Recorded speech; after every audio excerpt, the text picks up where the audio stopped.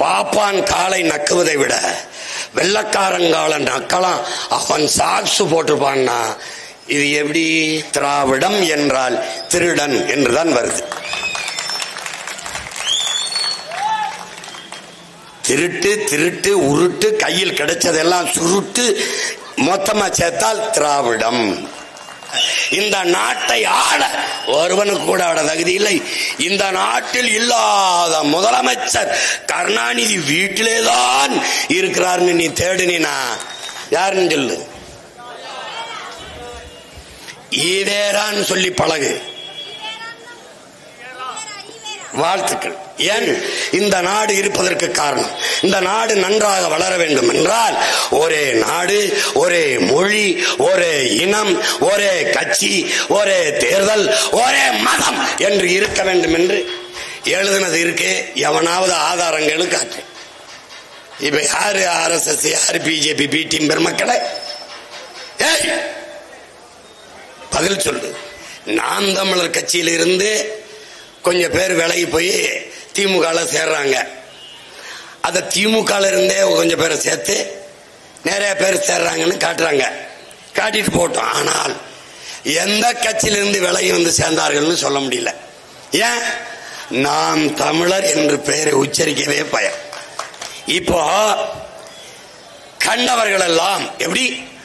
கண்டவர்கள் எல்லாம் நம்மை எதிர்க்கிறார்கள், விமர்சிக்கிறார்கள். யார் பேசியிருக்கா?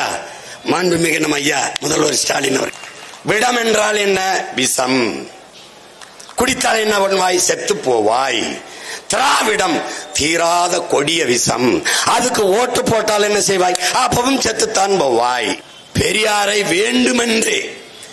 வேண்டுமென்றே விமர்சிக்கிறார் சீமான். சத்தியமாக சொல்கிறேன், பெரியாரை நான் வேண்டுமென்று விமர்சிக்கவில்லை, வேண்டவே வேண்டாம் என்றுதான் விமர்சிக்கிறேன். பிஜேபி கைக்கூலி என்கிறார்கள். அறிவார்ந்த தமிழ் சமூக தம்பிதங்கைகளே, எண்ணரும் பெற்றோர்களே, RSS ஆங்கிலேயர்களின் வடமாநில கிளை திராவிடர் கழகம் பெரியார் தலைமையிலே உருவாக்கப்பட்டது. தென் மாநிலங்களின் கிளை ஆங்கிலேயர்களின் ஏவல் கிளை. என் தாத்தன் பாட்டனை வீழ்த்தின மாதிரி நிக்காத. அவன் பேரன் சோரனா இல்ல தீரனா வீரனா சூரனா வந்து நிக்கிறேன். என்னை நீ வெல்வது கடினம். ஒண்ணுதான் நீ செய்ய முடியும். வழக்கை போடலாம், சிறையில் போடலாம். அதை தவிர நீ ஒண்ணும் பண்ண முடியாது. இந்த ஆட்சியாளர்கள், இந்த கட்சிகள், இந்த தலைவர்கள் எப்படியாவது என் மக்களை ஏமாற்ற வேண்டும் என்று நினைக்கிறார்கள். எப்படி?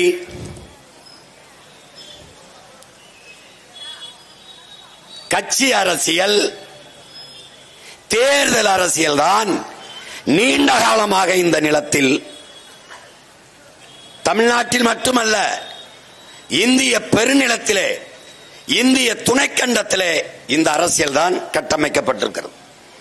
அறிவார்ந்த எனது பெற்றோர்கள், நான் பெரிதும் நம்பி நிற்கிற என் தம்பிதங்கைகள் இதை கவனிக்கணும். கட்சி அரசியல், தேர்தல் அரசியல், இந்த கட்சிகள் எல்லாம் கட்சி நிதி என்று திரட்டுவார்கள், பார்ட்டி ஃபண்ட் என்று திரட்டுவார்கள். தேர்தல் அதையே கவனத்தில் வைத்து எப்படியெல்லாம் மக்களிடத்தில் வாக்குறுதிகளை தந்து வாக்கை பறிக்க முடியும், இதை நுட்பமாக கவனிக்க வேண்டும். வாக்கை பெறுவது வேறு, வாங்குவது வேறு. வாக்கை பெறுவதென்பது உண்மையும் நேர்மையாக மக்களுக்கு சேவை செய்து நன்மதிப்பை பெற்று மக்களின் மனத்தில் இடத்தை பிடித்து இந்த ஆட்சி தொடர வேண்டும், இந்த தலைவர்கள் வெல்ல வேண்டும், இந்த வேட்பாளர் வெல்ல வேண்டும் என்று மக்கள் விரும்பி வாக்கை செலுத்துவது, வாக்கை தருவது, வாக்கை பெறுவது. மக்களுக்கு ஒரு வேலையும் செய்யாது வெற்றி பெற்ற பிறகு வென்ற தொகுதி பக்கமே வராது, மக்களை பற்றி துளியும் சிந்திக்காது தேர்தல் வரும்போது மட்டும் வந்து வீடு வீடுக்கு கணக்கெடுத்து வாக்குக்கு காசை கொடுத்து வாக்கை பெறுவதென்பது பெறுவதல்ல, வாங்குவது, பர்ச்சேஸ்.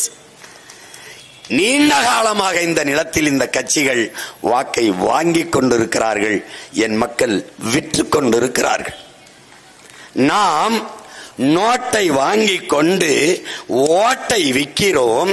அவர்கள் அந்த ஓட்டை வாங்கிக் கொண்டு இந்த நாட்டை விற்றுக் கொண்டிருக்கிறார்கள். இவ்வளவுதான் நடந்து கொண்டிருக்கிறது. இது ஏமாற்று. இது ஏமாற்று. கட்சி அரசியல், தேர்தல் அரசியல். தேர்தல் 5 ஆண்டுக்கு ஒரு முறை இல்லது இப்படி எப்பவாவது ஒரு முறை தேர்தல் வருகிறது. தேர்தலில் வென்று போன பிறகு அடுத்த தேர்தல் வரும்போது அதை பற்றி சிந்திக்கலாம். அதற்கு இடையில் மக்களை பற்றி, மக்களின் நலனை பற்றி சிந்திக்கலாம் என்று இருப்பது, மக்களுக்காகவே சிந்தித்து மக்களுக்காகவே செயல்படுவது, சேவை செய்வது மக்கள் அரசியல். ஆனால் இந்த கட்சிகள் தேர்தலில் நின்று வென்று வந்த பிறகு அடுத்த தேர்தலை பற்றியே சிந்திக்கும். இதைத்தான் அறிவார்ந்த எனது சொந்தங்களே, அரசியல்வாதிகள் எப்போதும் அடுத்த தேர்தலை பற்றியே சிந்திப்பார்கள். தலைவர்கள் மட்டும்தான் அடுத்த தலைமுறையை பற்றி சிந்திப்பார்கள். உங்கள் பிள்ளைகள் என் தாயின் மீது, என் உயிர் தமிழின் மீது, என் உயிர் தலைவன் மீது ஆணையிட்டு சொல்கிறேன், நாங்கள் அரசியல்வாதிகள் அல்ல, அடுத்த தலைமுறையை பற்றி கவலைப்படுகிற பிள்ளைகள்.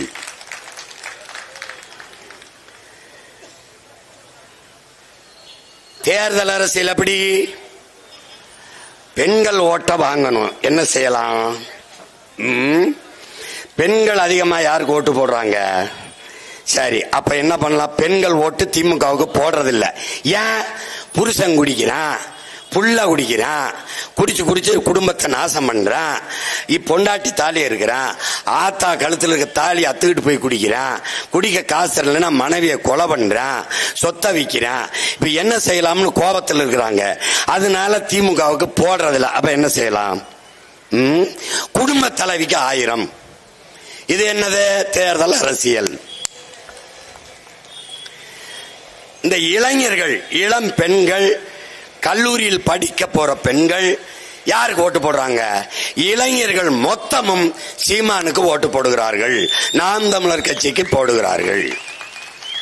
எழுச்சி மிக்க இளைஞர்கள், புரட்சியாளர் பகத்சிங்கை படித்தவர்கள், பாலுக்கலாத குழந்தை, கல்விக்கு இயங்காத மாணவன், வேலைக்கலையாத இளைஞன். இதுதான் என் கனவு இந்தியா என்ற கனவை அடிமை இந்தியாவில் முன்வைத்த புரட்சியாளன் பகத்சிங். இதை படித்தவர்கள் விடுதலை பெற்ற 75 ஆண்டுகளிலும் இன்னும் அந்த முழக்கத்திற்கான அவசியம் அப்படியே இருக்கிறது என்று நினைக்கிற இளைஞர் பெருமக்கள், படித்துவிட்டு வேலை இல்லாமல் இருக்கிறவர்கள், உயர்கல்வியை படிக்க பணம் கட்ட முடியாமல் தவிக்கிறவர்கள், 14,000 ஆசிரியர் பெருமக்கள், படித்துவிட்டு பகுதி நேர ஆசிரியர்களாக பணி நிரந்தரத்திற்கு வீதியில் நின்று போராடுகிற பெருமக்கள், 14,000ற்கு மேற்பட்டு ஆசிரியர் தேர்வு பணியை எழுதி தேர்ச்சி பெற்று பணி நியமனத்திற்காக காத்து நிற்கிற பெருமக்கள், செவிலியர்கள் பணி நிரந்தரத்திற்கு, அரசு மருத்துவ பெருமக்கள் ஊதிய உயர்விற்கு எல்லாரும் வீதியில் நிற்கிற பெருமக்கள் யோசிக்கிறார்கள். இளைஞர்கள் எல்லோரும் மாற்றத்தை விரும்புகிறார்கள். எங்கும் ஊழல், எங்கும் லஞ்சம், மீள முடியாத வறுமை, ஏழ்மை, வள கொள்ளை, தூய காற்றில்லை, குடிக்க நீரில்லை, உண்ண நஞ்சில்லாத உணவில்லை, பயணிக்க பாதை இல்லை, எரிக்க தடையற்ற மின்சாரம் இல்லை. ஐயோ, இதை மாற்ற முடியாதா என்று துடிக்கிற இளைய தலைமுறை பிள்ளைகள் எங்கே செல்கிறார்கள்? சீமான் பின்னாடி செல்கிறார்கள். ஓட்டுக்கு 1 ரூபாய் கூட கொடுக்கவில்லை. சீமானுடைய அப்பன் அண்ணாதுரையோ கருணாநிதியோ தொடர்ச்சியாக பரம்பரையாக பதவியில் இருந்து வந்தவன் அல்ல. அவன் பின்னால் நிற்பவன் எவனும் அரசியல் தலைவனின் வாரிசும் அல்ல. ஆடம்பரம் படோடபம் எதுவும் இல்ல. முட்டுச்சந்தில விட்டாலும் கத்துகிறார்கள், மூத்திரச்சந்தில விட்டாலும் கத்துகிறார்கள், மேடை இருந்தாலும் பேசுகிறார்கள், இல்லை என்றாலும் கத்துகிறார்கள். ஆனால் மக்களின் மீது அக்கறையோடு கத்துகிறார்கள். அதனால் ஈர்க்கப்பட்ட எண்ணின பிள்ளைகள் சீமான் முன்னாடி திரள்கிறார்கள். அப்ப என்ன பண்ணலாம்? கல்லூரிக்கு செல்கிற இளம் பெண்களுக்கு எப்படி ஒரு பேரு? புரட்சி பெண் திட்டம் 1000. எப்படி இருக்கு பாருங்க. 60 ஆண்டு கால ஆட்சி, 60 அரை நூற்றாண்டுக்கு மேலான ஆட்சி, திராவிடர்களின் ஆட்சி. 1000 ரூபாய்க்கு எங்க அம்மா கையேந்திரா, 1000 ரூபாய்க்கு என் தங்கச்சி கையேந்திரா. இதெல்லாம் எதுல வருது? டெவலப்ல வருது, வளர்ச்சியில வருது, நவீன தமிழகத்தில் வருது. நவீன தமிழ்நாட்டை படைத்த சிற்பிகளின் செயல்பாட்டில் வருது. அப்ப இளம் பெண்ணுக்கு பேர் எப்படி வைக்கலாம்? புரட்சி பெண். இது புரட்சி பெண்ணா? 1000 ரூபாய்க்கு கையேந்தினால் அவள் வறட்சி பெண்ணா என்பதை அறிவார்ந்த தமிழ் சமூகத்தின் மக்கள் சிந்தித்து பார்க்கணும். இந்த திட்டம் இது என்னது? தேர்தல் அரசியல். பொம்பளை பிள்ளைகளுக்கு மட்டும் கொடுத்தா ஆம்பளை பிள்ளைகளுக்கு கோச்சுக்குருவாங்க. அவனுக்கு திடீர்னு ஒரு குவார்டர் போடணும், பிறந்த நாளைக்கு இல்ல காதலிக்கு பிறந்த நாள் ஒரு பரிசு கொடுக்கணும், அல்ல பிடிச்ச நடிகர் அவன் நேசிக்கிற தலைவர் படம் வந்துருது, அதுக்கு படம் பார்க்கணும், காசு ஏன்னா கோபத்துல மாத்தி போட்டுருவான். இவனுக்கு போடுறதுக்கு சீமானுக்கு போட்டுடலாம்னு நினைப்பான். அப்ப என்ன பண்ணலாம்? அவனுக்கு தமிழ் மகன் 1000. ஏன் அங்க திராவிட மகன் வரல? வெறுப்புல மாத்தி சீமானுக்கு போட்டுருவான். ஏன்னா திராவிடம் இஸ் ஈக்குவல் டு எப்படி பகுத்து கிகுத்து வகுத்து பெயர் வச்சாலும் எந்த வழியில் பொருள் கொண்டாலும் திராவிடம் என்றால் திருடன் என்றுதான் வருது. திருட்டு திருட்டு உருட்டு, கையில் கிடைச்சதெல்லாம் சுருட்டு, மொத்தமா சேர்த்தால் திராவிடம். விடம் என்றால் என்ன? விஷம். குடித்தால் என்ன பண்ணுவாய்? செத்து போவாய். திராவிடம் தீராத கொடிய விஷம். அதுக்கு ஓட்டு போட்டால் என்ன செய்வாய்? அப்பவும் செத்துத்தான் போவாய். இதுதான் திராவிடம். விளங்கிருச்சுன்னு நினைக்கிறேன். என்ன செய்யறது? உங்க வயிற்றுல பிறந்ததுக்கு, உங்க கூட பிறந்ததுக்கு கத்திட்டாது நின்று செத்து போறோம். வேற என்னதான் செய்ய முடியும்? ஆனாலும் நீங்க இங்க பாருங்க, போடு போடாம போ, ஆனா விட்டுட்டு போயிடுவோம் மட்டும் நினைக்காத.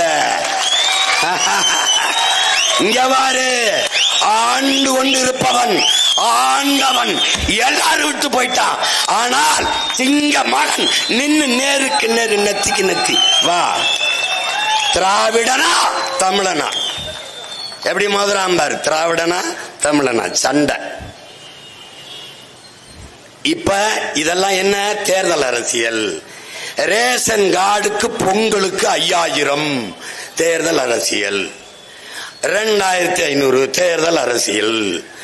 2500 1000 தேர்தல் அரசியல். 2500 1000 கொடுக்க முடியல, 103 ரூபாய் தேர்தல் அரசியல். 5000 2500 1000 வெறும் 103. இதெல்லாம் எதுல வருது? டெவலப்ல வருது. அப்படியே வருது, அப்படியே வருது. 45,000 கோடி சாராய வியாபாரம். டாஸ்மாக் பிசினஸ். பிசினஸ். இங்கே சட்டசபையில நிதி அமைச்சர் 45,000 கோடிக்கு வித்துக் கொண்டிருக்கிற இந்த டாஸ்மாக் வியாபாரத்தை 50,000 கோடியாக உயர்த்துவதற்கு அரசு திட்டம் தீட்டிக் கொண்டிருக்கிறது. இது எதுல வருது? வளர்ச்சியில் வருது. வளர்ச்சியில் வருகிறது. இது என்னது? நாச அரசியல், தேர்தல் அரசியல். இதெல்லாம் தேர்தல் அரசியல். தாலிக்கு அறப்பவன் தங்கம் சாதனை. குடிக்க வச்சு 4 லட்சம் பெண்களின் தாலியை அறுத்தம், அது பெரிய சாதனை. இதெல்லாம் எதுல வருது? டெவலப்மெண்ட்ல வருது. தேர்தல் அரசியல்.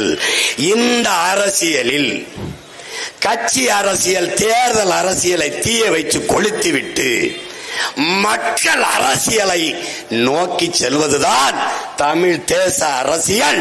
தலைவர் பிரபாகரனின் பிள்ளைகள் எடுக்கிற அரசியல் இதுதான் இந்த நிலத்திற்கு தேவையான தூய அரசியல். இவர்கள் என்ன செய்வார்கள்? நாங்கள் வந்தால் நீட் தேர்வை ரத்து செய்வோம்.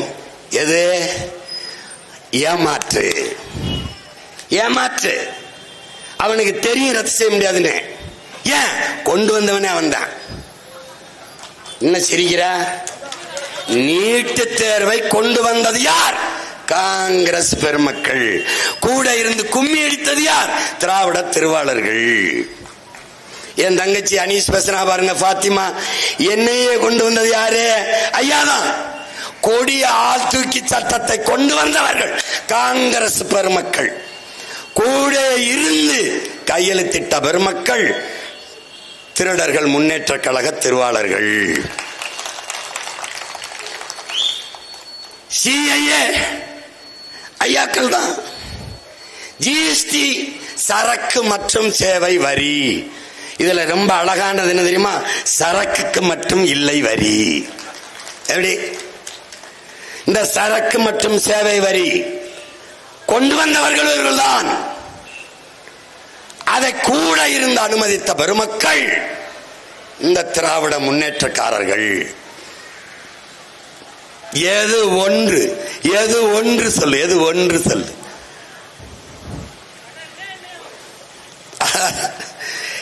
இவர்கள் இன்னும் சொல்ற, நான் வந்தா நீட்டை ரத்து பண்ணுவேன், நான் வந்தா மதுக்கடையை மூடுவேன். இது ஏமாற்று. இதுல இருந்து ஒரு மாற்றத்தை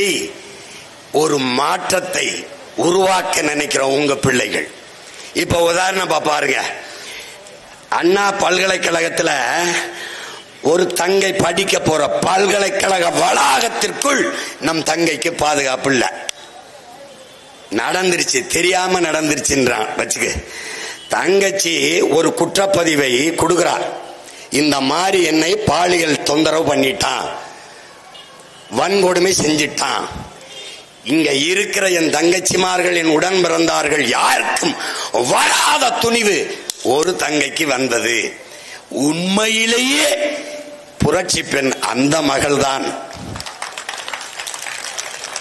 தன்னை அவமதிப்பான், ஊடகம் காட்டும், கேலி பேசுவான், எல்லாம் செய்வார்கள். ஆனாலும் எனக்கு நேர்ந்தது இன்னொரு மகளுக்கு இந்த நிலத்தில் நிகழக்கூடாது என்று துணிந்து காவல் நிலையத்தில் புகார் அளித்த அவள்தான் உண்மையிலேயே புரட்சி பெண். அவன் என்ன பண்ணா? எப்படியெல்லாம் தன்னை பாலியல் சீண்டல் செய்தான்ங்கிறத வாக்குமூலமா கொடுத்தா பாரு. அந்த வாக்குமூலத்தை வெளியிட்டான்டா திராவிட திருட்டு பய. கேட்டா அது என்னது, டெக்னிக்கல் எரர். இத்தனை ஆயிரக்கணக்கான எஃப்ஐஆர் பதிவாகும் போது, முதல் தகவல் அறிக்கை பதிவாகும் போது, அந்த தங்கச்சி கொடுத்தது மட்டும் எப்படி வெளியில வருது? எதுக்கு வருது? இனிமேல் யாராவது அவன் கைய பிடிச்சிருத்தான், அவன் தொந்தரவு பண்ணா, அவன் அப்படி பண்ணா இப்படி பண்ணான்னு யாராவது நீங்க குற்றப்பதிவு கொடுக்க, வழக்கு கொடுக்க வருவீங்களா? வந்தா என்ன ஆகும்? உன் பேரு, உங்க அப்பன் பேரு, உன் ஊரு பேரு, உன் பாரு எல்லாத்தையும் வெளியிடுவான். இதுதான் அது. எப்படி எப்படிப்பட்டவர்களிடத்தில் ஆட்சி இருக்குவர்? நடந்துருச்சு விடு. தங்கச்சிக்கிட்ட வாக்குமூலம் வாங்கி பதிவு பண்ணில, அந்த ஞானசேகரன் குற்றவாளி இருக்கான்ல, அவன்கிட்ட ஏன் செய்தாய்? எவ்வளவு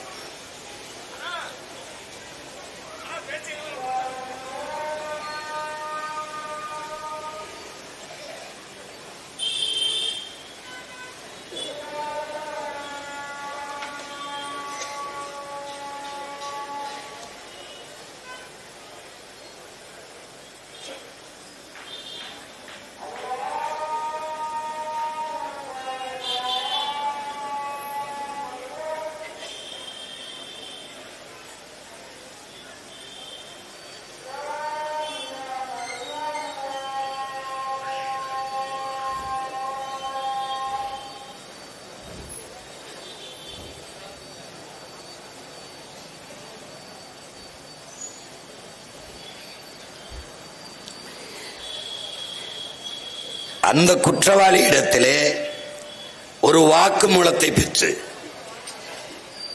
ஏன் செய்தாய், எதற்காக செய்தாய், அந்த சாருக்கும் நீ அனுசரிச்சு போகணும் என்றிய அந்த சார் எந்த சார் என்று ஏதாவது விசாரிச்சு இந்த அரசு வெளியிட்டு இருக்கிறதா? போராட சென்ற எங்களை போராடவே அனுமதி தராமல் கைது செய்தது ஏன்? போராட வந்த பாட்டாளி மக்கள் கட்சியினுடைய அதனுடைய சுற்றுச்சூழல் பசுமை தாயத்தினுடைய அமைப்பின் தலைவர் அம்மா சௌமியா அன்புமணியை கைது பண்ணது ஏன்? குஷ்பு அவர்கள் தலைமையிலே பாரதிய ஜனதா கட்சியின் மகளிர் அவர்கள் போராடியவர்களை கைது செய்த ஆட்டு தொட்டியில் அடைத்தது ஏன்? போராடவே அனுமதிக்காத அரசு. அப்ப என்ன வருது? குற்றவாளி ஞானசேகரனா, அரசு குற்றவாளியா என்ற கேள்வி வந்து எங்களை அண்ணா பல்கலைக்கழக தங்கச்சிக்கு போராடவே அனுமதிக்காத அரசு என் வீட்டை முற்றுகையிட்டு போராடுவதற்கு 32 இயக்கங்களுக்கு 15 நாளைக்கு முன்னாடி அனுமதியை கொடுத்து முகநூல்களிலே பகிரிலே எல்லா இடத்திலும் சீமான் வீடு முற்றுகிட போறோம் எல்லாரும் வாருங்கள் வாருங்கள் என்று 17,000 சுவரொட்டிகளை தமிழ்நாடு முழுமைக்கும் அடிச்சு ஒட்ட வச்சு 3 மணி நேரம் நடுவீதியில் போக்குவரத்தை நிறுத்தி என்னையை திட்டி என்னையை இழிவாக பேசி முழக்கமிட அனுமதிச்சது எப்படி? இது எப்படிப்பட்ட ஜனநாயகம்? எட்வர்ட் ஸ்னோடன் என்கிற ஒரு அறிஞன் சொல்கிறான், என் அன்பு மக்களே, என் அண்மை உடன் பிறந்தார்களே, ஒரு நாட்டில் நடக்கிற குற்றங்குறைகளை எடுத்து கூறுவது, அநீதிக்கு எதிராக அறைகூவல் விடுப்பது அந்த நாட்டிலே குற்றமாக கருதப்படுமே. ஆனால் அந்த நாட்டை குற்றவாளிகள் ஆட்சி செய்து கொண்டிருக்கிறார்கள் என்று பொருள் என்கிறார். இப்போது இதிலிருந்து நீங்கள் புரிந்து கொள்வீர்கள், நன்கு அறிந்து கொள்வீர்கள், இந்த நாடு யாரால் ஆளப்படுகிறது, எப்படிப்பட்ட ஆட்சியாளர்கள் கையிலே இந்த நாட்டின் அதிகாரம் ஒப்படைக்கப்பட்டிருக்கிறது என்பதை நீங்கள் புரிந்து கொள்வீர்கள்.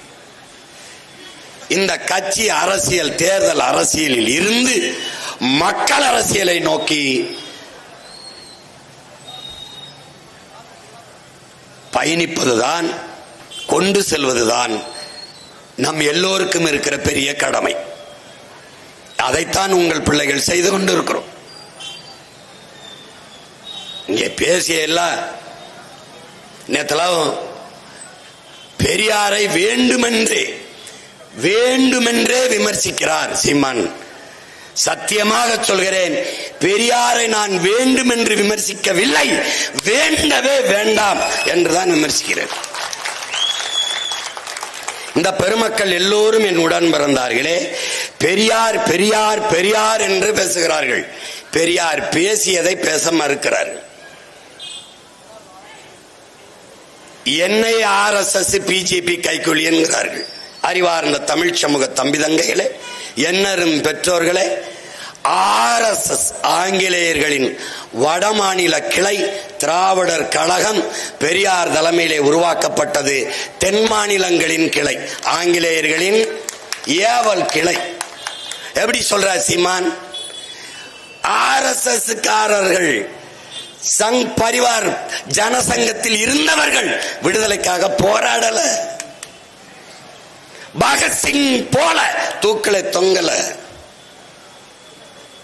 எங்கள் பாட்டன் வஉசி போல செக்கை இழுக்கல. என் தாத்தன் காமராஜ் போல, என் தாத்தன் தெய்வ திருமகன் முத்துராமலிங்க தேவரை போல, வாழும் என் அப்பன் நல்லகண்மை போல, எங்கள் முன்னோர்களை போல சிறையிலே இருக்கல. யாரு இருக்கல? பிஜேபி இருக்கல, RSS இருக்கல, இந்த நிலத்தில் பெரியாரும் இருக்கல.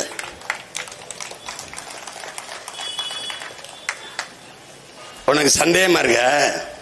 பெரியார படத்தை பார்த்துக்க சொல்லக்கூடாது, படிச்சுட்டு பேசணும். தம்பி, தப்பிக்கவே முடியாது நீ என்ற தர்க்கத்தில்.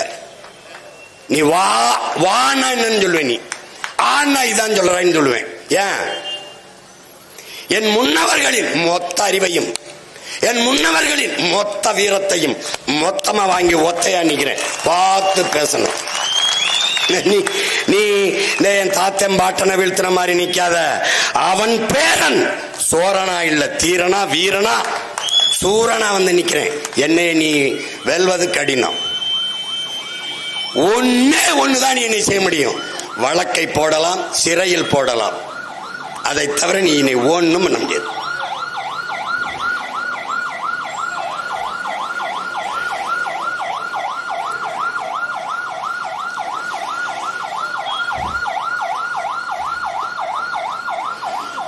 இந்த ஒயிங் ஒயிங் சங்கு யாருக்கு உதவு தெரியுமா? இந்த திராவிடர்களுக்கு தான். நீ ஒண்ணுமே செய்ய முடியாது. என்னைய இந்த நாட்டின் விடுதலைக்கு RSS போராடிய போராட்டம். ஒரே ஒருவர் சிறைக்கு சென்றார், சவர்கர். அவரை இவர்கள் வீர சவர்கர் என்று கட்டமைத்தார்கள். ஒரு கோழையை மன்னிப்பு கடிதம் எழுதி கொடுத்து வெளியே வந்தவர். உங்களுக்கு நான் விசுவாசமாக இருப்பேன் என்று எழுதி கொடுத்து வெளியே வந்த பெருமகன் யார்? சவர்கர். அவரை வீர சவர்கர் என்று பெயர் வைத்தார்கள். இந்த நாட்டு அடிமைப்பட்டு கிடக்கிற போது இந்த நாட்டின் விடுதலைக்கு போராடி திப்பு சுல்தானுக்கு விழா எடுக்க சொல்லு பாப்போம். இல்ல காங்கிரஸ் தான் எடுக்க சொல்லு. RSS பிஜேபியை விடு, இல்ல திமுகவை தான் எடுக்க சொல்றான். ஆனால் ஒரு மகன் எடுப்பேன். யாரு? இவன் தான் எடுப்பேன். ஏன் எடுப்பேன் கேள்றா? திப்பு சுல்தான் என்ற தீரன் வீரன் இல்லை என்றால் தமிழ் பேரினத்தின் முன்னவர்களுக்கு வரலாறு இல்லை. உன்னால் நம்ப முடியல. ஹைதர் அலி மைசூரை தலைமையடையாக கொண்டு ஆண்டுகிட்டு இருக்கும் போது, இந்த நிலப்பரப்பை ஆண்டு கொண்டிருக்கும் போது,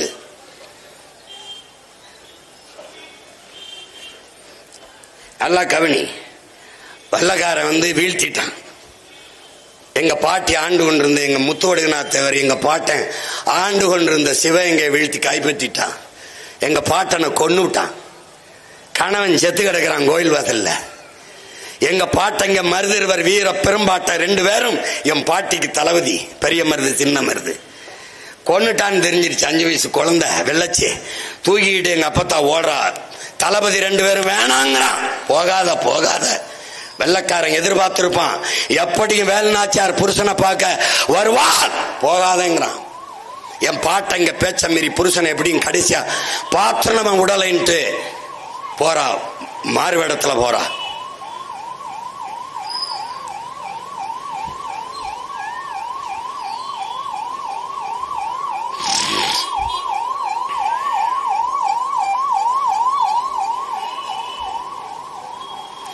பாதிக்கப்பட்ட போறானா, உள்ள பணம் போதா, ஒன்னும் தெரிய மாட்டேது. ஏன்னா இதெல்லாம் நவீன தமிழகத்துல வருது. ஆம்புலன்ஸ்ல வச்சுதான் காசு கொடுக்குறாங்க.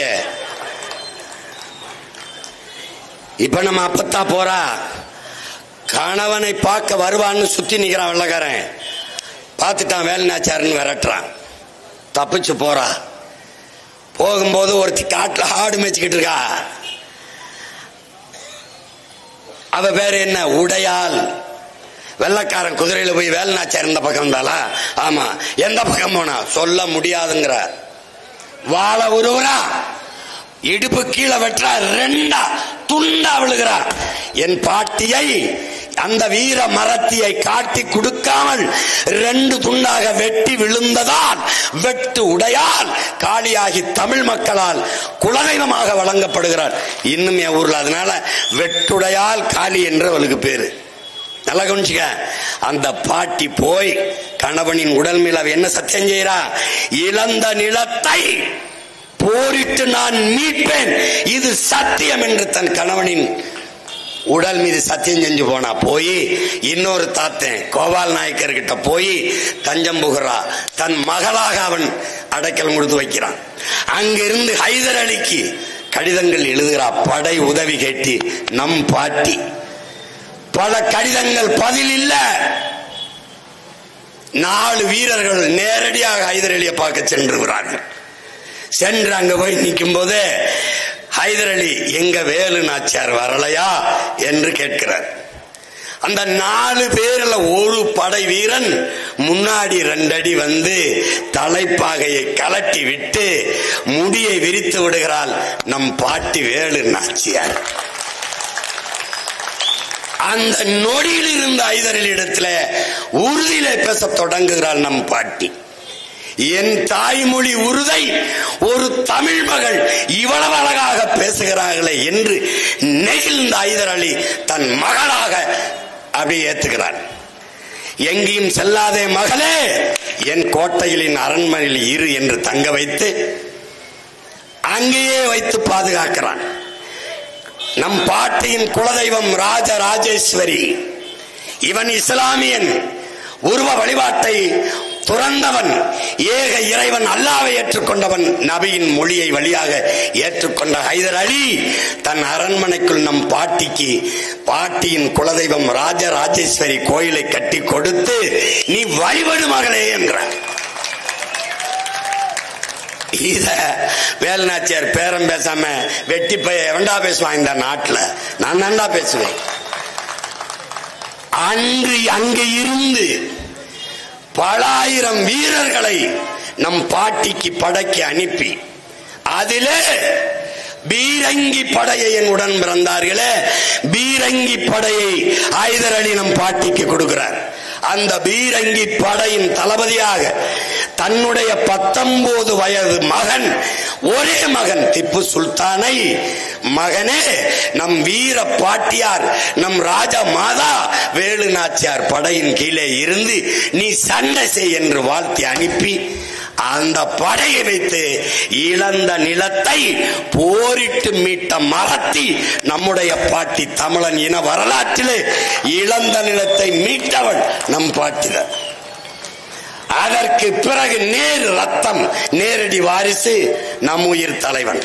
இழந்த நிலத்தை ஆன இரவை திருப்பி அடித்து பிடித்து மீட்டவன் அவன்தான். தமிழர் இன வரலாற்றில் இழந்த நிலத்தை மீட்ட வரலாறு பாட்டிக்கும் பேரனுக்கும் தான் உண்டு. அங்கு திப்பு சுல்தான் இல்லை என்றால் பாட்டி இல்லை. பாட்டி வந்து மறுபடி அரிசனையில் உட்கார்ந்து தன் மகள் திருமணம் முடித்து வெள்ளச்சி அவன் கண்ட பெண்களோடு தொடர் வைத்து குடிச்சு உடல் நலத்தை கெடுத்து தன் மகளின் கணவன் இறந்த பிறகு இளவயதிலேயே மகளை கைம்பெண்ணாக பார்க்க மனசு வராத வாட்டி மனம் சோர்ந்து நாட்டை நம் வீர பெரும்பாட்டன்கள் மருதிருவரிடத்திலே ஒப்படைக்கிறார். எப்படி இந்த மண்ணை இந்த மக்களை பத்திரமாக பாதுகாக்க இந்த வீரர்களை விட்டால் வேறு யாராவது உண்டா என்று கேட்கிற போது மக்கள் இல்லை என்கிறார்கள். நம் பாட்டன்கள் மருதுபாண்டியரிட்டு ஆட்சியும் அரியணையும் ஒப்படைத்து விட்டு மகளை கூட்டிக் கொண்டு நம் பாட்டி வேலுநாச்சியார் சென்று விடுகிறார். ஹைதர் அலியும் துப்பும் இல்லைவென்றால் நம் பாட்டியும் இல்லை, நம் பாட்டன் மருதுபாண்டியும் இல்லை. இது வரலாறு. இங்கே ஒரு மகன் 19வது மகன் வந்து கொண்டிருக்கான். அப்படியே ஹைதர் அலியிட இருந்து வீரர்கள் கப்பத்தை வசூலித்துக் கொண்டு போகிறார்கள் குதிரையிலே. ஒரு பையன், சின்ன பையன், 19 வயசு பையன் குறுக்கால நிப்பாட்டிடுறான், நில்றான்னு. என்னடா அது கப்ப வசூலிச்சுட்டு போறோம் மன்னருக்குன்னு அடிச்சு பறிச்சுக்கிறான். போங்கடா அப்படின்னு அங்க போய் மன்னர்கிட்ட போய், ஏன் நாங்க மன்னர்கிட்ட போய் கேட்கும்போது நாங்க என்ன பதில் சொல்றது? யாரு இந்த கப்பத்தை பறித்து கொண்டதுன்னு சொன்னா நாங்க என்ன சொல்றது? டேய், சென்னிமலைக்கும் சிவன் மலைக்கும் இடையில் சின்னமலை பறித்து கொண்டான்னு போய் சொல்றான் அப்படின்னு போய் சொல்றான். அங்க ஹைதர் அலி கிட்ட போயிட்டு யாரு எத்தனை பேருன்னு ஒரே ஒருத்தன், என்ன வயசு இருக்கும்? 19 வயசுன்னு அவன் பதறிடுறான். 19 வயசு பையன் இத்தனை வீரர்களை அடிச்சு பறிச்சு விட்டானாடா. அப்ப நம்ம பாட்டை இந்த ஹைதர் அலிய ஒழிக்கணும், இந்த திப்பு சுல்தானை ஒழிக்கணும்னு நினைக்கிறாப்ல. இவன் என்னடா நம்ம மண்ணில இருந்து கப்போ செலுத்துறான் காவாளி பையன்னு வெறியில இருக்காப்ல. இவன் யாரு? மண்ணை இல்ல, நம்ம பாட்டியாவது மண்ணை அரசி. இவன் மண்ணன் கிடையாது. வேளாண் குடும்பத்தில், விவசாய குடும்பத்தில் பிறந்த 9வது மகன். யாரு? இந்த தீரன் சின்ன மலை தீரன் அப்பல்ல சின்ன மலை. இப்ப என்ன ஆகுது பாக்குறாரு, வெள்ளக்காரன் வந்துடுறான். என்ன முடிவெடுக்கிறாரு, டேய் திப்பு இங்க தாண்டா இருப்பான், நம்ம எப்ப வேணாலும் சண்டை போட்டுக்கலாம்டா, வெள்ளக்காரன் பொது எதிரிடா, அவனை முதல்ல ஒழிக்கணும்டான்னு முடிவெடுக்கிறப்பல படையத்தருக்கு இவர் என்ன பண்றாரு, பல்லாயிரக்கணக்கான இளைஞர்கள் நம் பாட்டன் பின்னாடி திரள்றான். இந்த பாரு, ஸ்டாலின் கூப்பிட்டா கூட்டத்துக்கு ஆள் வரும், முதலமைச்சர். உதயநிதி கூப்பிட்டா மாவட்ட செயலாளர், ஒன்றிய செயலாளர் ஆள் கூட்டி வருவான், துணை முதலமைச்சர். சீமா கூப்பிட்டா யாரு வருவா, எவனும் வரமாட்டான். ஆனா வர்றான். ஏன்? உணர்வுள்ள மானம் உள்ள தன்மானம் உள்ள மக்கள் திரண்டு வர்றான். ஏன்? இவன் தலைவன் என்று இல்ல, என் உடன் பிறந்தவன், என் மகன், என் சித்தப்பன், என் மாமன், என் அண்ணன், எனக்கானவன் என்ற நம்பிக்கையில கூடுறான். அப்படி நம் பாட்டன் தீரன் பின்னாடி மக்கள் திரண்டார்கள். எனக்காவது பேச வருது, அவனுக்கு அதுவும் இல்லை. அந்த மகன் பெரும் படையை கட்டியிருக்கிறான் என்றால் அவன் எவ்வளவு பெரிய வீரனா இருப்பான்னு பாத்துக்க. அவன் பின்னாடி திரண்டான், நேர மைசூருக்கு போயிட்டான். போய் திப்பு சுல்தானை எதிரியும் பார்க்கிறான். பார்த்த உடனே இவர் தன் படையோடு அங்க சேர்ந்துக்கிறாரு. அவனுகிட்ட இருக்க போர் பயிற்சி இவருக்கும், இவர்கிட்ட இருக்கிற சிலம்ப பயிற்சி அவர்களுக்கும் கொடுத்து திப்போட சேர்ந்து வெள்ளக்காரனை அடிச்சு நொறுக்குறாங்க. தீரனுடைய வீரத்தை பாராட்டி திப்பு ஓடா நிலையை தலைமையிடமாக கொண்டு, தீரா நீயே ஆட்சி செய், நீயே மன்னன் என்று முடிச்சுட்டு போயிடுறான். இப்ப சண்டை வெள்ளக்காரனோட. நம்ம பாட்டன் மோதுறான். பாட்டன் சொல்றான், தீரா நீ ஆட்சி செஞ்சுக்க, 50 சரிபாதிய கப்பை என கட்டிடு, மீதியை நீ மக்களை ஆட்சி நடத்த வச்சுக்க, மக்களுக்கு செலவு பண்ணு, மக்களுக்கு நல்லது செய்ய வச்சுக்கன்னு. யாரு நாட்டை யார் ஆளுறதுக்கு யார அனுமதி கொடுக்கறது? ஏய் போடா போடா அப்படின்றப்ப அப்ப என்ன பண்றாரு, என் முன்னாடி திரண்டு இருக்கிற என் சொந்தங்கள் மாறி அந்த நம்ம பாட்டம் முன்னாடி திரண்டு இருக்க மக்கள்கிட்ட பேசுறான். என்ன சொல்றான், இத்தனை பெரிய இனக்கூட்டத்தில் இந்த நிலத்தை இந்த நாட்டை ஆள்வதற்கு ஒருவனுக்கு கூட வாடா தகுதி இல்லை என்று அன்னைக்கு என் பாட்டன் தீரன் கேட்டான். இன்னைக்கு அதே நிலத்தில் அவன் பேரன் சீமான் கேட்கிறான், இவ்வளவு பெரிய இனக்கூட்டத்தில் இந்த நாட்டை ஆள ஒருவனுக்கு கூட வாட தகுதி இல்லை. இந்த நாட்டில் இல்லாத முதலமைச்சர் கருணாநிதி வீட்டிலேதான் இருக்கிறார்னு நீ தேடுனா உன்னை என்ன பண்ணியும் காப்பாற்ற முடியாது, ஒண்ணும் பண்ண முடியாது உன்னை. அப்ப எங்க தெரியுது, நீ திப்பு இல்லை என்றால் நம் பாட்டி வேலு நாச்சியாரும் இல்லை, மருதுபாண்டியரும் இல்லை, தீரனும் இல்லை, இந்த பேரனும் இல்லை. நல்லா கவனிச்சுக்க. நீ அந்த திப்புக்கு இவங்க என்ன பண்ணுவாங்க, விழா எடுக்க மாட்டாங்க. இந்த நாட்டு விடுதலைக்கு போராடி செத்த வீரன் திப்பு சுல்தான் பண்ண மாட்டான். ஆனால் மன்னிப்பு கடிதம் எழுதி கொடுத்த சவர்கருக்கு வீர சவர்கர்னு விழா எடுப்பான். அதை போலவே விடுதலைக்காக போராடாத ஒரு ஆள், தமிழ் சனியன், தமிழ் காட்டுமிராண்டி, தமிழ் என்ன சொல்றது முட்டாள்களின் பாஷை, இதையெல்லாம் சொல்லிட்டு இங்கிலீஷ் படி, இங்கிலீஷ் நாகரிகமான மொழின்னா நீ யாருக்கு அடிமை வேலை பார்த்திருக்க? யாருக்கு? பாப்பான் காலை நக்குவதை விட வெள்ளக்காரங்கால நக்கலாம் அவன் சாக்ஸ் போட்டிருப்பான்னா இது எப்படி? நல்லா கவனிச்சிட்டியா? அவனும் விடுதலை வேணாம்ங்கிறான். கோல்வால்கருடைய கோட்பாடு என்ன தெரியுமா? வெள்ளக்காரனை எதிர்த்து போராடாதீர்கள், உங்கள் திறனை சேர்த்து வையுங்கள். விடுதலை பெற்ற நாட்டில் இஸ்லாமியர் கிறிஸ்தவரை எதிர்த்து போராட தாழ்த்தப்பட்டவர்கள் யாரு? தாழ்த்தப்பட்டவர்கள் இஸ்லாமியர் கிறிஸ்தவர்களை எதிர்த்து போராட நமக்கு வலிமை வேண்டும். அதனால் அதை சேமித்து வையுங்கள். இது கோல்வாக்கருடைய கோட்பாடு. இங்க நம்மால் விடுதலை வேண்டாம், விடுதலை வேண்டாம். வெள்ளக்கார ராணிக்கு கருணை மிகுந்த ராணி அவர்களே, சுதந்திரத்தை எங்களுக்கு கொடுக்காதீங்க, நீங்களே ஆட்சி செய்யுங்க, நீங்களே ஆட்சி செய்யுங்க, உங்க ஆட்சியில் வாழத்தான் நாங்க விரும்புகிறோம் என்று கடிதம் எழுதிய விருந்தகை யாருன்னு சொல்லு. ஈவேரான்னு சொல்லி பழகு. வாழ்த்துக்கள். ஏனுகளு இந்த நாட்டின் விடுதலைக்கு மாடு இழுக்க திணறுகிற செக்க இழுத்த நம் பாட்டனை வாவூசி என்று தாண்டா சொல்றான். செக்கெழுத்த செம்மல் என்றோ கப்பல் ஓட்டிய தமிழன் வாவூசி என்றவன் சொல்லுவதில்லடா. அயோக்கிய பயலு. பெருந்தலைவர் காமராஜ் பதியலடா. காமராஜ் தெய்வ திருமகன் முத்துராமலிங்க தேவரடா. முத்துராமலிங்க தேவர் நேர்மையின் நேர் வடிவம் கக்கன் கிடையாதுரா. கக்கன் தனித்தமிழ் அடிகளார் மறைமலை அடிகள் கிடையாதுரா. கிடையாது. பெரும்பாவலன் சோமசுந்தர பாரதி கிடையாது. முத்தமிழ் காவலர் கே.ஆ.பி. விஸ்வநாதன் கிடையாது. தமிழ் பேரறிஞன் அண்ணல் தங்க கிடையாது. சிலம்பு செல்வன் மாப்போசி கிடையாது. தமிழர் தந்தை சீபா ஆதித்தனார் கிடையாது. ஆதித்தனார் மாப்போசி. அவன் வீட்டு கக்குஸ் கொள்வி முறவாசல் செய்யற மாதிரியே நம்மள பேசுவான். ஆனா இவரை தந்தை பெரியார். ஒரு காலம் வருது, விரட்டி விரட்டி வெளுக்கிற காலம் வருது. தொலைக்காட்சியில தந்தை பெரியார் எங்க தலைவரை திருப்பிரபாகரன். உனக்கு நக்கல் தானே? நக்கல் தானே தம்பி?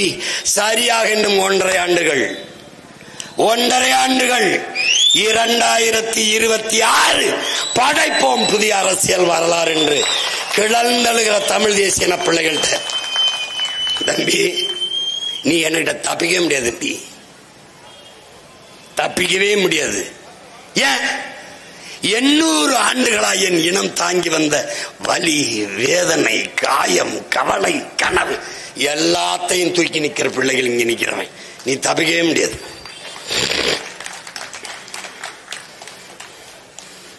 பேச சொல்லு பாப்போம். இல்லைன்னு சொல்ல சொல்லு. விடுதலை வேண்டாம், விடுதலை வருகிற நாளை கருப்பு கொடி காட்டி கருப்பு தினம் என்று பேசியவர். இவங்க மாதிரி ஒரு அயோக்கிய பேச நீ பாத்திருக்கியாடா? சட்டத்தை சட்ட நகலை எரிப்பவர்கள் சட்டசபை தேர்தலில் எப்படி போட்டியிட முடியும்? இது யாரு? பெரியார். நவம்பர் 26 சட்ட நகலை எரித்த நாள். இது யாரு? பெரியார். ஏன் சாதி ஒழிப்பு நாள், அரசியல் சாசனத்தை பெரியார் எரித்த நாள் என்று நவம்பர் 26 இந்த திராவிட திருட்டு திருவாளர்கள் கொண்டாடுகிறார்கள். காரணம், அன்று என்னுயிர் தலைவன் தமிழ் தேசிய இனத்தின் எழுச்சி மிகுந்த புரட்சி மிகுந்த அடையாளமாக இருக்கிற எங்கள் தலைவன் பிறந்த நாளை தமிழ் தேசிய பிள்ளைகள் கொண்டாடுகிறார்கள். அதை திசை திருப்ப அந்த நாளை சட்ட நகல் எரிப்பு நாள், சாதி ஒழிப்பு நாள் என்று கொண்டாடுகிறார்கள் என்றால் எப்படி? சட்ட நகலை எரிப்பது ஒன்று, அது ஒரு பெரியார். சட்ட நகலை எரித்தவர்கள் எப்படி சட்டசபையில போட்டியிடலாம், இது ஒரு பெரியார். இப்போ கேள்வி வருது, இதுல எந்த பெரியார்? உங்கள் தந்தை பெரியார். எந்த பெரியார்? எப்படி பதில் இருக்கா? RSS கோட்பாடு, பிஜேபி கோட்பாடு சொல்றான். ஒரே நாடு, ஒரே மதம், ஒரே மொழி, ஒரே இனம். இதானடா? இதானே? இந்த ஒரே தேர்தல் வரும்போது இந்த பெருமக்கள் குதிக்கிறது என்ன? ஒரே நாடு ஒரே தேர்தல். ஐயோ, இது அதிபர் ஆட்சிக்கு இட்டு செல்கிறது, இது ஜனநாயகத்தை படுகொலை செய்கிறது. இந்த ஜனநாயக படுகொலையை, இந்த ஒரே நாடு ஒரே தேர்தலை தமிழகத்தில் முதலாக ஆதரித்து பேசிய பெருந்தகை திராவிட முன்னேற்ற கழகத்தினுடைய முன்னாள் தலைவர், இந்நாள் தலைவருடைய தந்தையார் ஐயா கருணாநிதி அவர்கள். தேவையற்ற செலவை குறைப்பதற்காக ஒரே நாடு ஒரே தேர்தலை திராவிட முன்னேற்ற கழகத்தினுடைய பொதுக்குழுவிலே கூட்டி நாங்கள் ஒரு தீர்மானத்தை போட்டு பிரதமர் அம்மையார் இந்திரா காந்தி ஒரு இடத்திலே சமர்ப்பித்த இருக்கு. வலையொலியில தட்டிப்பாரு 1971 பெருந்தகை பேசியது இருக்கடா. இன்றைக்கு இவர் அது ஜனநாயக படுகொலை, அது அதிபர் ஆட்சிக்கு இட்டு செல்லும். இதையே RSS கோட்பாடு ஒரே மொழி இந்தி, ஒரே நாடு இந்திய, ஒரே மதம் இந்து மதம். இதையே கோட்பாட்டை உன்னால் நம்ப முடியாதா? நீ சொல்ற சோ கால்டு பெரியாரா? இவே ராமசாமி பெரியார் இந்த நாடு வளர்ச்சி அடையாமல் இந்த நாடு இருப்பதற்கு காரணம், இந்த நாடு நன்றாக வளர வேண்டும் என்றால் ஒரே நாடு, ஒரே மொழி, ஒரே இனம், ஒரே கட்சி, ஒரே தேர்தல், ஒரே மதம் என்று இருக்க வேண்டும் என்று எழுதுனது இருக்கு. எவனாவது ஆதாரங்களும் காட்டு. இப்ப யாரு RSS, யாரு BJP, பி டீம் பெருமக்களை பதில் சொல்லு. ஆவுன்னா கத்திர, ஆவுன்னா பேசிருது. ஆவுன்னா பிஜேபியின் பி டீம் ஏன் நாம் தமிழர் கட்சியின் சீமானும்? அப்ப பி டீம் நான் ஏ டீம் ஒன்று இருக்குல்ல, யாரு?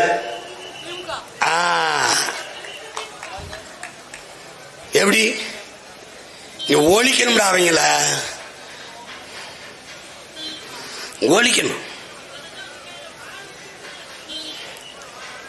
நேரம் ஆயிடுச்சா? ஆயிடுச்சா?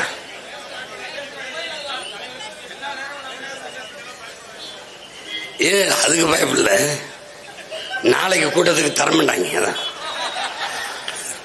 7:30 மணிக்கு மேடை ஓட விட்டு அதுக்கப்புறம் நாங்க பேசி, இப்ப இதுல என்ன நீங்க கவனிச்சுக்கணும்னா, என்ன சொல்றாரு, நாம் தமிழர் கட்சியில இருந்து கொஞ்சம் பேர் விலகி போய் திமுக சேர்றாங்க. அத திமுக இருந்தே கொஞ்சம் பேரை சேர்த்து நிறைய பேர் சேர்றாங்கன்னு காட்டுறாங்க. காட்டிட்டு போட்டோம். ஆனால் எந்த கட்சியிலிருந்து விலகி வந்து சேர்ந்தார்கள் சொல்ல முடியல. ஏன்? நாம் தமிழர் என்று பெயரை உச்சரிக்கவே பயம். இவங்க எப்படி தெரியுமில்ல, தமிழா இன உணர்வு கொள். இவங்கதான் தமிழர் இன உணர்வு கொள்ளும் போது ஆளை தேடி தேடிக்கொள். இதுதான் இவங்க கோட்பாடு. இப்போ கண்டவர்கள் எல்லாம் எப்படி, கண்டவர்கள் எல்லாம் நம்மை எதிர்க்கிறார்கள், விமர்சிக்கிறார்கள். யார் பேசிருக்கா? மாண்புமிகு நம்ம ஐயா முதல்வர் ஸ்டாலின் அவர்கள். கண்டவர்கள் யார்? நாம தான். எதை கண்டவர்கள்? எதை கண்டவர்கள்? கணக்கில்லாத இவர்கள் ஊழலை, கணக்கில்லாத இவர்கள் லஞ்சத்தை, கேடுகட்ட முறைகட்ட இவர்கள் ஆட்சியை, அதையெல்லாம் கண்டவர்கள். கண் முன்னே நம் மண்ணின் வளத்தை திருடி திருடி வித்துக் கொண்டிருக்கிற இவர்களின் கொடுஞ்செயலை கண்டவர்கள். கச்சத்தீவை எடுத்து கொடுக்கும் போது கைகட்டி பதவிக்காக நின்றவர்கள், அதை கண்டவர்கள். காவிரி நதிநீர் உரிமையை நம் கண் முன்னே பறிகொடுத்து நின்றவர்கள், அதை கண்டவர்கள். கடலுக்குள்ள 850 மீனவர்களை சுட்டுக் கொள்ளும் போது வேடிக்கை பார்த்து நின்றார்கள், அதை கண்டவர்கள். தமிழர்கள் தாழ்நிலை இழிநிலை அடைந்து 1000-500க்கு கையேந்துகிற நிலைக்கு தள்ளப்பட்டதை பார்த்தவர்கள், கண்டவர்கள். கடைசியாக கண்முன்னே இன விடுதலைக்கு போராடிய நம்முயிர் சொந்தங்கள் லட்சக்கணக்கான மக்களை கொன்றவர்கள் கூட நின்றவர்கள், அதை கண்டவர்கள் நாம். அதனால் இவர்களை எதிர்க்கிறோம், விமர்சிக்கிறோம், பேசுகிறோம்.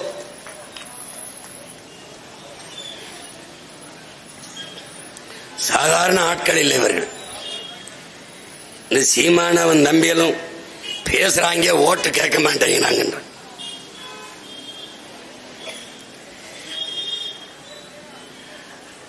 என் அன்பு மக்கள்,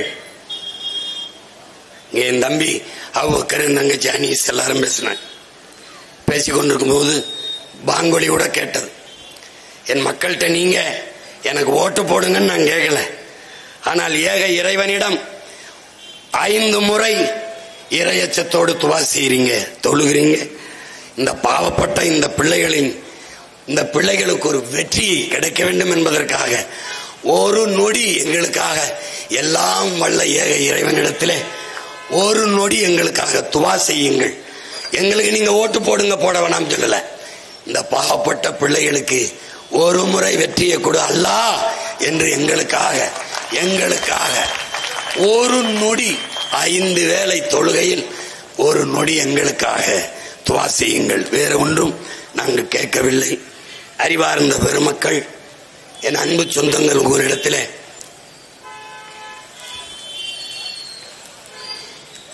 இந்த எனக்கு அலைபேசியில செய்தி போடுறவங்களாம், ஆனால் ஒரு தடவை பாட்டு பாடி ஓட்டு கேளுங்கன்னு.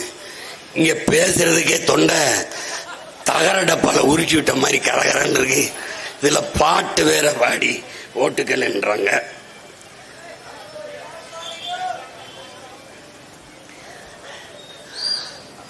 ஓட்டு போட போற ஒன்ன ஒதுங்கி நிக்காத, கண்ட கண்ட சின்னங்கண்டு கலங்கி நிக்காத. ஓட்டு போட போற ஒன்ன ஒதுங்கி நிக்காத, கண்ட கண்ட சின்னங்கண்டு கலங்கி நிக்காத.